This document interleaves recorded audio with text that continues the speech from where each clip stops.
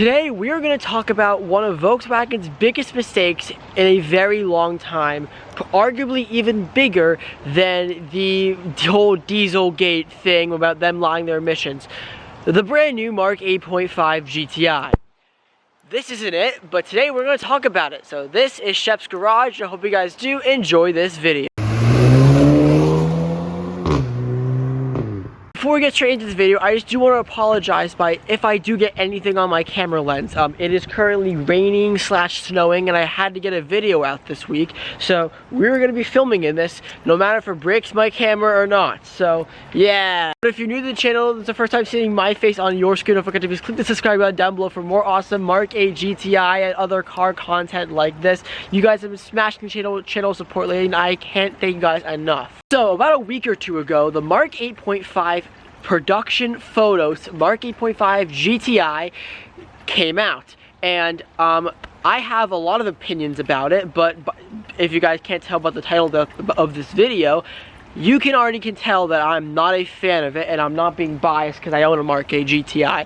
But I'm going to give you guys a bit of a walk around with my GTI compared to the photos of the Mark 8.5 GTI, and then sort of come to a consensus of if it's worth waiting for the Mark 8.5 or if you should just buy a Mark 8 GTI right now. Before we get into the walk around video, I just do want to talk about some of the stats with the GTI. So the new 8.5 GTI will not be available with a manual transmission, only DSG, and it gets a horsepower bump, 262 horsepower from 241 horsepower. So that's about 20 horsepower difference.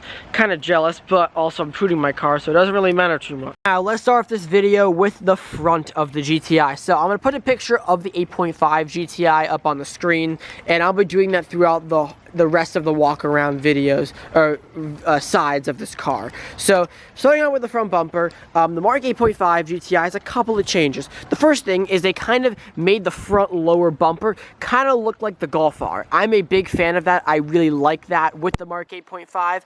It kind of looks like the Golf R front bumper. They kind of got rid of like the whole like mustache type looking things on the side, or sideburn things. They got rid of those. They changed it. It looks really good. The other changes include new headlights. So these kind of have like a rounded edge on the bottom, whereas the 8.5's headlights are kind of more angly, and the Volkswagen logo on the front lights up. Now, I'm a big fan of the lower part of the bumper. I really like that. I don't like the new headlights, and I find the light up logos to be kind of tacky. So it's a good upgrade from the front, but unfortunately, that's kind of the best part of this whole car. I'll get there in a minute. Now, moving on to the side of the Mark 8.5 GTI, where you notice a couple of things. The first of all, the new wheel design. Now, I don't know if it's just me, but Volkswagen says that the new wheel design is inspired by the Mark 5 wheels, which they're kind of like the half circle looking things, which I do believe that, but I see, I don't know if it's just me, a lot of Alfa Romeo Giulia in these wheels. I'll put a picture of the Alfa Romeo Giulia with those wheels I'm talking about, and then the 8.5 GTI, and you can see where I'm coming from. The other thing I do want to mention is that Volkswagen got rid of this little slip of red badge on the side fender here, and they moved it to over here, and they made it spell out saying GTI. So ugly in my opinion. I thought this looked really cool, and I really like this. They just went out and just kind of rumbled through their parts bin, I'm guessing, and they took the rear badge right here. They took this type of lettering and they put it on the side front door here. I really don't like this, and I'm honestly very happy with what I have now. So overall, pretty disappointed about that. My theory of why they did that is because I think Volkswagen thinks most people just remove it anyway.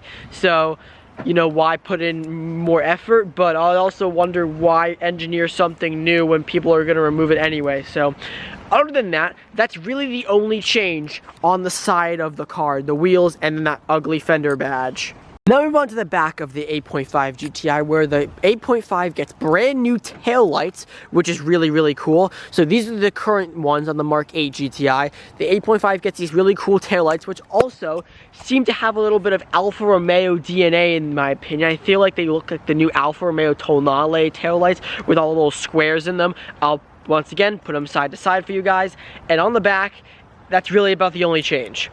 Now let's move on to the inside where it gets even worse. It is so gross out there. I'm literally filming this in like rain and snow, and I really hope it doesn't break my camera. So crossing the fingers that this video gets out with no problems. Anyways, moving on to the interior of the GTI, where obviously it gets a couple of new updates. Some of them I like, some of them I obviously don't like.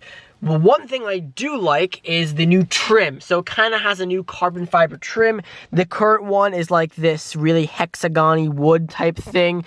You get new carbon fiber look-alike trim. Apparently it's supposed to resemble carbon fiber. It isn't actually carbon fiber, but that's pretty cool. Another thing that is changing are the buttons on the steering wheel, or the whole steering wheel as a whole, actually. Gone are these capacitive touch button sensor things, which I never thought these were actually a big issue, but I guess a lot of people did think that these were terrible, and they've gone back to normal buttons on the steering wheel. Now, I'm like mixed emotions on that. Like, half of me is like, you know, yay, but half of me is like, I kind of really do like this. They work for me. I don't have a complaint with these capacitive touch buttons, but hey, they're getting redone, and yeah, don't really have an opinion on that, really. I do have an opinion on is the brand new screen setup, which I can't express anymore, but I think at least it is very, very terrible. Now, here is why. So the Mark 8 GTI, the car I'm currently sitting in right now, has this screen, and it's really well designed into the dashboard. And what makes it really well designed is they integrated it into this gloss black panel. So this panel goes up the dashboard, across through for the virtual cockpit, across and then down. So it all is seamless and driver focused, and it looks really good. The 8.5 GTI kind of cuts it right here and then slaps a massive ass screen like on the dashboard, and they have this panel here kind of leaning off of the dashboard a little bit, and it's never going to grow on me, basically. Sure, you can argue that this new infotainment system is going to be better. It's going to have illuminated bars down here. It's going to you can access things easier, but I don't really care about any of that because I'm a big person on interior design and how well it appeals to me every single time I get into the car. And the fact that that is what they've came up with, it just slap a bigger screen on, kind of baffles me on how lazy interior designers have gotten to this point. Volkswagen is not the only company to do this. Audi in their A5 series, or their A4 series, they have done the exact same thing. Gone was the smaller, better looking screen, and in comes the brand new, newer infotainment they just slapped on the dashboard. It kind of baffles me that, you know, is the way car design, interior design is going lately. So, overall, what do I think of the new Mark 8.5 GTI? Well, compared to the Mark 8 GTI, the newer GTI currently out now, I do think it is a bit of a step downwards in terms of design. Now, that doesn't mean it's not a good car, it just, I think that the previous Mark 8 design and Mark 7 designs were way, way, way better. Now, here comes the question. Is it worth upgrading to a Mark 8.5 GTI when they come out? For me, no. For most enthusiasts, it will probably be no.